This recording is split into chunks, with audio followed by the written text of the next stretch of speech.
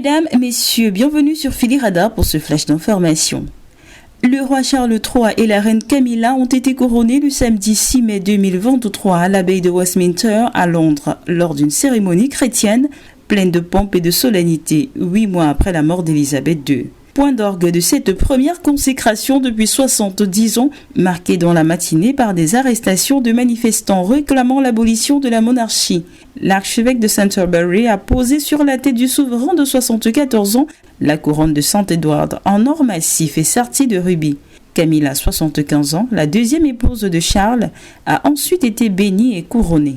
Charles III est devenu en septembre roi du Royaume-Uni, de Grande-Bretagne et d'Irlande du Nord, ainsi que de 14 pays du Commonwealth, du Canada à l'Australie en passant par la Jamaïque à la mort de sa mère Élisabeth II à l'âge de 96 ans. Son sacre, unique en Europe, en est la confirmation religieuse et le Royaume-Uni n'en avait plus vu depuis 1953.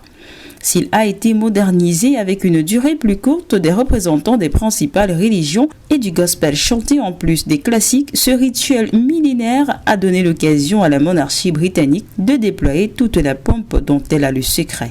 La police a procédé samedi en amont de la cérémonie à des dizaines d'arrestations à Londres, dont 6 militants anti-monarchistes. La police a arrêté 6 de ses organisateurs et saisi des centaines de pancartes portant le slogan « Not my king », a dit à l'agence France Presse un porte-parole du groupe République, dont des centaines de partisans étaient rassemblés tôt samedi matin à Trafalgar Square sur le parcours de la procession. L'Union européenne a alloué il y a quelques jours un montant supplémentaire de 32,7 millions d'euros pour soutenir la réponse humanitaire à la crise en République démocratique du Congo.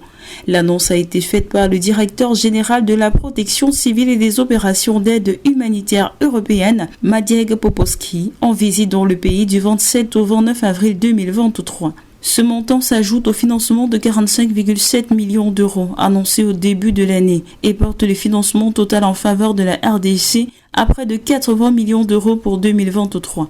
L'assistance sera acheminée par l'intermédiaire de partenaires humanitaires pour répondre à des besoins immédiats tels que la nutrition, les soins de santé, l'eau et l'assainissement, les abris et la protection, précise un communiqué de la délégation de l'Union européenne en République démocratique du Congo.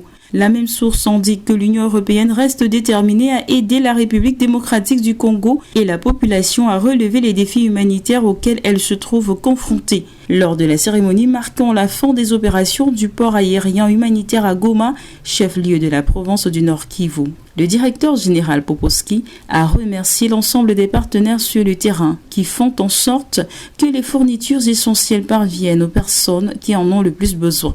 En outre, Madiègue Popovski a rappelé la nécessité de respecter pleinement le droit international afin d'assurer, dit-il, la protection des populations civiles et de faciliter un accès sûr et sans entrave des travailleurs humanitaires.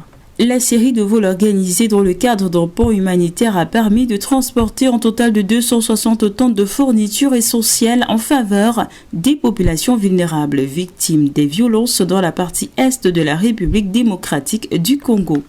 Au Togo, sur les 91 députés présents au Parlement togolais, 90 ont voté mercredi 3 mai 2023 la loi qui introduit dans la Constitution la limitation du mandat du président de la République à 5 ans renouvelable une fois. Ainsi, Faure Gnassingbé, au pouvoir depuis 2005 après des élections controversées, pour abriguer 2 autres mandats et rester au pouvoir jusqu'en 2030, a indiqué Africa 24.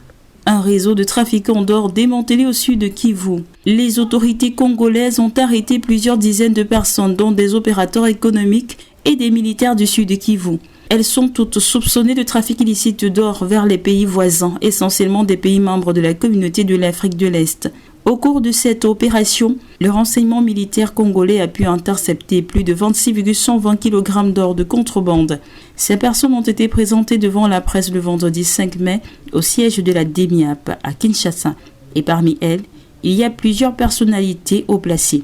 Selon le porte-parole des forces armées de la République démocratique du Congo, ces personnes interpellées disent avoir bénéficié des complicités des agents de l'État, notamment au sein de l'administration douanière et financière, rapporte Zumeko. Par ailleurs, le porte-parole des forces armées de la République démocratique du Congo, le général Sylvain Ekenge, souligne que les enquêtes se poursuivent pour faire toute la lumière sur ce cas de trafic illicite du minerai d'or. En sport, Lionel Messi ne poursuivra pas son aventure avec le Paris Saint-Germain la saison prochaine. Les dirigeants parisiens se sont mis d'accord pour ne pas prolonger Lionel Messi au PSG la saison prochaine, a annoncé l'équipe le mardi 2 mai 2023. L'avenir du joueur argentin dans le club de la capitale était flou depuis quelques semaines déjà. Mais l'attitude du champion du monde de ces derniers jours a acté la décision concernant son futur au PSG. Sans l'accord du club, Lionel Messi s'est rendu en Arabie Saoudite dans le cadre d'un contrat avec l'Office du tourisme du pays. Désormais, c'est un nouveau club que doit trouver la Poulga pour la saison prochaine, après ces 3 derniers matchs qui lui restent à jouer en France face à Auxerre, Strasbourg et Clermont.